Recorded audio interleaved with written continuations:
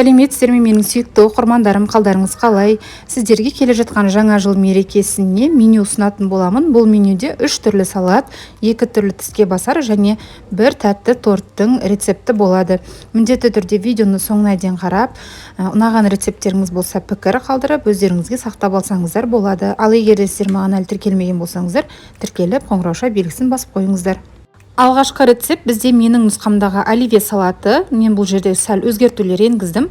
Бізге қажетті піскен ет, піскен жұмыртқа және де піскен картоп пен сәбіз. Ең алдымен алдын ала суға қайнатып, пісіріп алған етімізді ұсақтап төртбұрышты етіп турайтын боламыз. Қалауларыңызша салатты шұжықпен жасасаңыздар да болады. Мен бірақта етпен жасауды жөн көрдім. Және де классикалық рецепт бойынша тұздалған қиярды және де горохты мен қоспадым. Құрамына қажет заттардың барлығын дәл осылай ұсақ төртбұрышты етіп тураймыз. Неғұрлым ұсағырақ болғаны жақсы, сонда әдемі көрінетін болады. Достар, менің арнамда тауық етімен дайындалатын дәмдәрі әдемі болып шығатын салаттың рецепті бар. Астында ссылкасын қалдыратын боламын, сол бойынша өтіп көрсеңіздер болады. Келесі кезекте сәбізді де дәл осылай төртбұрышты ұсақ етіп турайтын боламыз. Ал піскен жұмыртқамен мен салаттың бетін әрлеуді жөн көрдім. Барлық заттарды бір ыдысқа салып, майонез қосамыз, дәміне қарай тұз, бұрыш қосып, жақсылап араластырып алуымыз қажет. Майонез қосқанда салаттарыңыз тым құрғақ болып қалмауы қажет. Маған бұл жерде дәл осы рецепт бойынша 150-200 грамм майонез кетті. Барлығын жақсылап бір келкі етіп араластырып аламыз. Менде мына жерде майонезім азырақ болып қалды, сондықтан тағы да майонез қосып араластырдым.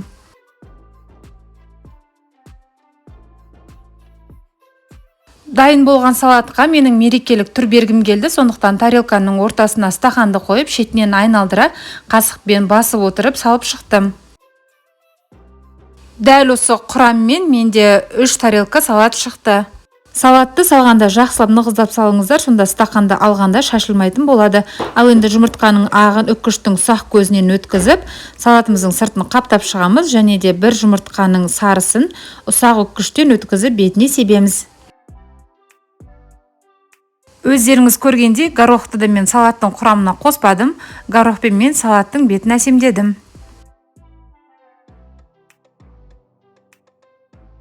Бәріміз күнделікті жасап үйреніп қалған оливье салатын дәл осылай жасап, мерекелі көңіл-күй сыйласаңыз болады. Барлықтарыңызға ас болсын. Келесі мерекелік салат бізде қызылшамен жасалынады. Ол үшін 4 тал қызылшаны алдын ала суға пісіріп, суытып аршып аламыз. Және де 2 алманы ұзыншақты жіңішке етіп тураймыз.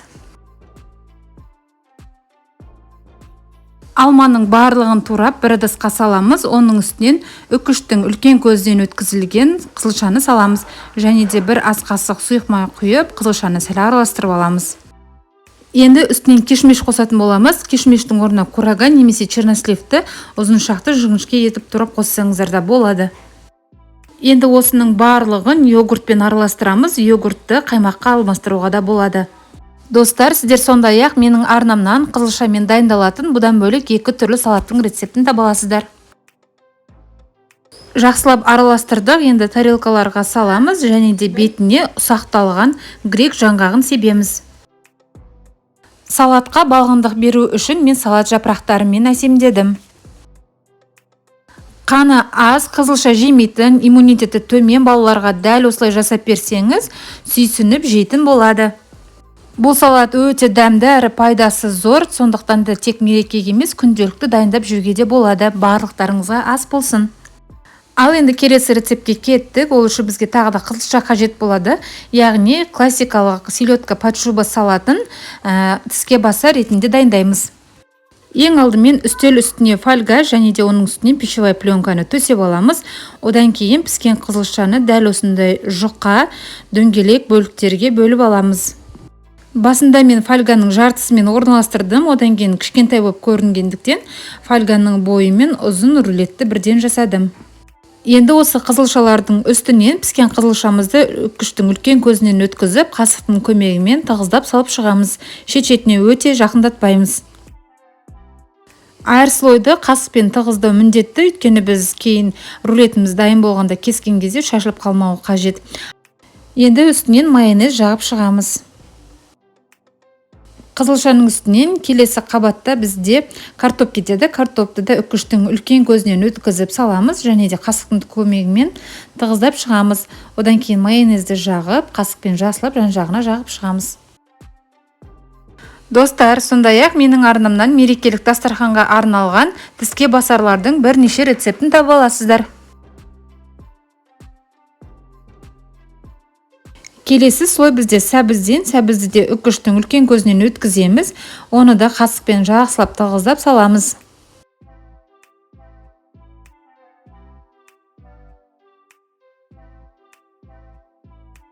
Міндетті түрде майонез жағамыз үстінен. Және де пияздың кішкене бір бөлігін майдалап турап үстінен себеміз. Одан кейін барып селедка балығының сүйегі жоқ тек еттерін дәл ортасынан осылай орналастырамыз. Одан кейін барып фольганы және де пищевая пленканы шетінен көтеріп отырып, нығыздап рулет қылып ораймыз. Ораған кезде асықпаңыздар, пищевая пленканы шетінен көтеріп отырып, селедка балықты рулеттің ортасына қарата итеріп отырып орайсыздар. Пленкамызды рулеттің сыртына жақсылап орап, одан кейін фольгамен формасын жақсылап ұстап тұратындай орап, холодильникке 2-3 сағатқа қоямыз. Холодильникте тұрғаннан кейін біздің рулетіміз өзінің формасын керемет ұстап тұрады. Дәл осындай сушидің формасында кесіп, бетіне әсемдік үшін майонез жағып шығамыз. Ал енді келесі тіске басар үшін бізге лаваш қажет болады. Лаваш менде қолдікі үйде пісірілген. Келесі видеоларда сіздерге рецептін ұсынатын боламын. Немесе дайын дүкендікін сатып алсаңыздар да болады. Бетіне плавленый сыр, яғни ерітілген ірімшікті жағамыз. Одан бөлек творожный сыр қолдансаңыздар да болады. Немесе жай майонез қолдансаңыздар да болады. Және де жұмыртқаның сарысын мен кішкене үккіштен өткізіп бетіне септім. Дәл осылай шамамен 3-4 сантиметрліктей полоскаларға бөліп аламыз. Әр полоска бізде жеке-жеке рулет болады. Ал енді осының бір жақ шетіне шпрот балығын саламыз және ұзыншақты етіп кесілген тұздалған қиярды салып, тығыздап ораймыз. Тығыздап оралғандықтан біздің рулетіміз ашылып кетпейді және өзінің формасын ұстап, құламай дәл осылай тұратын болады. Және де бетіне зелендардың кез келген түрін қолданып әсемдесеңіздер болады. Көріп тұрғандарыңыздай тіске басар өте оңай әрі тез дайындалады. Құрамына керек заттарды әрбір үйден кез келген жерден табылатын заттар. Дәл осылай 1-2 сағатқа пропиткаға қоямыз. Одан кейін үстелге ұсынсаңыздар болады. Барлықтарыңызға ас болсын. Ал келесі рецептте мен қызылшадан және де селедкадан артылғандықтан сіздерге подшубаның да рецептін көрсетуді жөн көрдім. Ең алдымен тарелканың түбіне осылайынан балықты ұсақтап турап салып шығамыз. Оның үстінен ұсақтап туралған пиязды саламыз. Одан кейін барып үккіштің ұсақ көзінен өткізген піскен картопты саламыз және де бетіне майонезді сетка түрінде жағып шығамыз. Келесі кезекте сәбізді де дәл осы ұсақ үккіштен өткізіп саламыз. Бұл жерде маңыздысы әрбір көкөністі салған сайын үстінен тығыздамай салыңыздар. Сонда салатымыз воздушный, жеңіл болып шығады. Және де үстінен тағы да майонезден сетка жасаймыз. Одан кейін слойды қайталаймыз, яғни картошканы саламыз қайтадан. Бетінен майонез жағамыз. Картоптың үстінен жақсылап майонез жағамыз, яғни салатта айналдыра, одан кейін барып үккіштің ұсақ көзінен өткізілген қызылшамызды салаттың сыртына түгелдей қаптап шығамыз. Көріп тұрғандарыңыздай салатты тығыздамай жасағандықтан өте жеңіл, воздушный, жегенге де сондай ыңғайлы. Барлықтарыңызға ас болсын. Ал келесі рецептте біз мерекелік тәтті дайындайтын боламыз. Бұл рецептте біз шырша бейнесіндегі тортты дайындаймыз.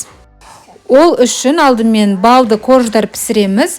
Ең алдымен отқа қоятын бір ыдысымызды аламыз, ішіне майды саламыз, оның үстінен қантты саламыз. Майды осылай ұсақ төртбұрышты бөліктерге турап алыңыздар, сонда тез еритін болады. Қантымызды саламыз, одан кейін балды саламыз, балдың кез келген түрін қолдануға болады. Және де 2 жұмыртқамызды салып, сәл араластырып аламыз. Барлық рецепттердің құрамына керек заттарды описание бөлімінде толық жазбаша түрде қалдырамын. Ал енді осы ыдысты газға қоямыз. Газдың асты ең ақырын отта жануы қажет, өйткені құрамында жұмыртқа болғандықтан пісіп кетпейтіндей болу керек. Май толығымен ерігенше үнемі араластырып тұрамыз. Май толығымен еріген сәтте ас содасын саламыз. Бізде астындағы от ақырын жанып тұрғандықтан содамыз реакцияға асықпай түседі. Сіздер де асықпаңыздар, міндетті түрде араластырып тұрыңыздар. Дәл осындай әппақ көпіршік болғанға дейін араластырамыз. Онды қоспай тұрып, бұл бізде массамыз жақсылап суы қажет. Тез суы үшін басқа бір ыдысқа құйып алыңыздар. Мінекей, менде бөлме температурасына дейін суды, енді онда аз-аздан қосып отырамыз. Оның барлығын бірден салмаңыздар. Өйткені тығыздығы әртүрлі болғандықтан біреуіне көп, біреуіне аз қажет болуы мүмкін. Онда осылай аз-аздан салып отырып, қасықпен жақсылап араластырып отырамыз. Оның келесі бөлігін саламыз, тағы да қасықпен араластырамыз. Қасықпен араластыру қиындаған сәттен бастап ақырын қолмен илейміз. Бізде қамыр созылмалы болып қалмауы қажет. Біздің қамырымыз жұмсақ пластилин сияқты болады. Артық ұн салып, қамырды тығыздап жібермеңіздер. Басы бірігіп, жұмсақ болған қамырымызды пищевая пленкаға ораймыз, немесе салафанға салып, холодильникке жарты сағатқа демалтамыз.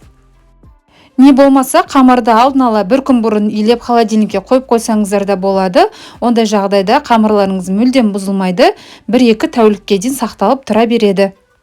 Қамыр демалғанша крем дайындайтын боламыз. Ол үшін ең алдымен ыстық сливкені шоколадтың үстінен құйып, шоколадымыз ерігенше араластырамыз. Және де әбден ерігеннен кейін бетін пищевая пленкамен жауып, холодильникке 3-4 сағатқа қоямыз. Бұл крем маған өте ұнады, дәмі тура мороженныйдікі сияқты. Дәл осы рецептпен, дәл осы креммен жасалынған шоколадты торттың рецептін менің арнама тіркелу арқылы таба аласыздар. Бір жасағаннан шығатын өте сәтті рецепт, сіздерге де ең болмағанда бір рет жасап дәмін татып көрулеріңізді сұраймын. Жақсылап демалған қамырымызды 1-3 бөлікке бөлеміз. Мен таразының көмегімен бөлдім. Сіздер бұлайда бөле берсеңіздер болады. Енді ұн сеуіп отырып қамырымызды жаятын боламыз. Қамырды жайғанда да тым жұқа етіп жаймаңыздар. Трафареттің размерімен бірдей болса болғаны. Менің трафареттім А4 қағазының көлемімен бірдей. Сіздерде дайын дүкендікі болса тіптен керемет болады. Ал егерде болмай жатса, компьютерден шығарып, осылай кесіп алып қолдансаңыздар да болады. Әрбір бұрышын жақсылап ептілікпен кесіп аламыз. Қамырды жайғанда бірден пергамент қағазына жаюға тырысыңыздар, өйткені бізде қамыр жұмсақ болғандықтан дастархандарыңызға жабысып қалуы мүмкін. Және де вилкамен әр жерін осылай тесіп шығасыздар да противенге қойып, алдын ала қызып тұрған пеште пісіріп алатын боласыздар. Қамырларыңыз дәл осындай әдемі жұмсақ болып пісіп шығуы тиіс. Ал енді кремді жасап жалғастыратын боламыз. 33%-дық алдын ала салқындатылған клейді миксердің көмегімен сәл қоюланғанша араластырамыз. Шамамен 1-2 минуттай. Дәл осындай көбіктенгенше араластырамыз. Одан кейін бағанағы холодильникке қойған шоколад пен кремімізді қасықпен сәл араластырып, осы кремнің үстінен саламыз. Салғаннан кейін бірден миксердің көмегімен әбден қоюланып, өзінің формасын ұстайтындай болғанша жақсылап араластырамыз.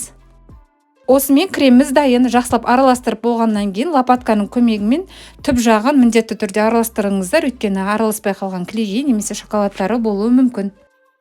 Ал енді тортымызды жинап бастаймыз. Ең алдымен бір коржды қойып, кремді осылайынан кондитерский мешокқа салып аламыз да, вупи пайдыкі сияқты домалақ шариктап салып шығамыз. Осы жерде әр корждардың арасына түрлі начинка немесе конфитюрлерді қолдансаңыздар да болады. Дәл осы реттілікпен корждардың барлығын жинаймыз. Достар, сіздерге менің видеоларым ұнаса, каналыма тіркеліп, міндетті түрде пікір қалдыруларыңызды сұраймын. Менің арнамның контентімнің алға жылжуына үлес қосуларыңызды өтінемін. Ең үстіңгі коржды қойғанда кремдердің арасына ашық жер қалдырмай салып шығамыз. Торттарыңыз жұмсармай қалады деп қорықпаңыздар. Дәл осы корждармен, дәл осы креммен жұмсақ, нәзік әрі дәмді болып шығады. Тек жинағаннан кейін міндетті түрде тоңазытқышқа 1-2 сағатқа қойып қойыңыздар. Торттың бетін түрлі тәттілермен немесе фруктылармен әрлесеңіздер болады. Осымен біздің мерекелік жұмсақ балды тортымыз дайын. Сіздерге де дәл осылай жасап көруге кеңес беремін. Міндетті түрде сіздерге ұнайды. Өте дәмді, нәзік болып шығатын торт. Барлықтарыңызға ас болсын. Келесі видеоға дейін сау болыңыздар. Менің келесі видеоларымды жіберіп алмас үшін арнама тіркеліп, қоңырау белгісін басып қойыңыздар.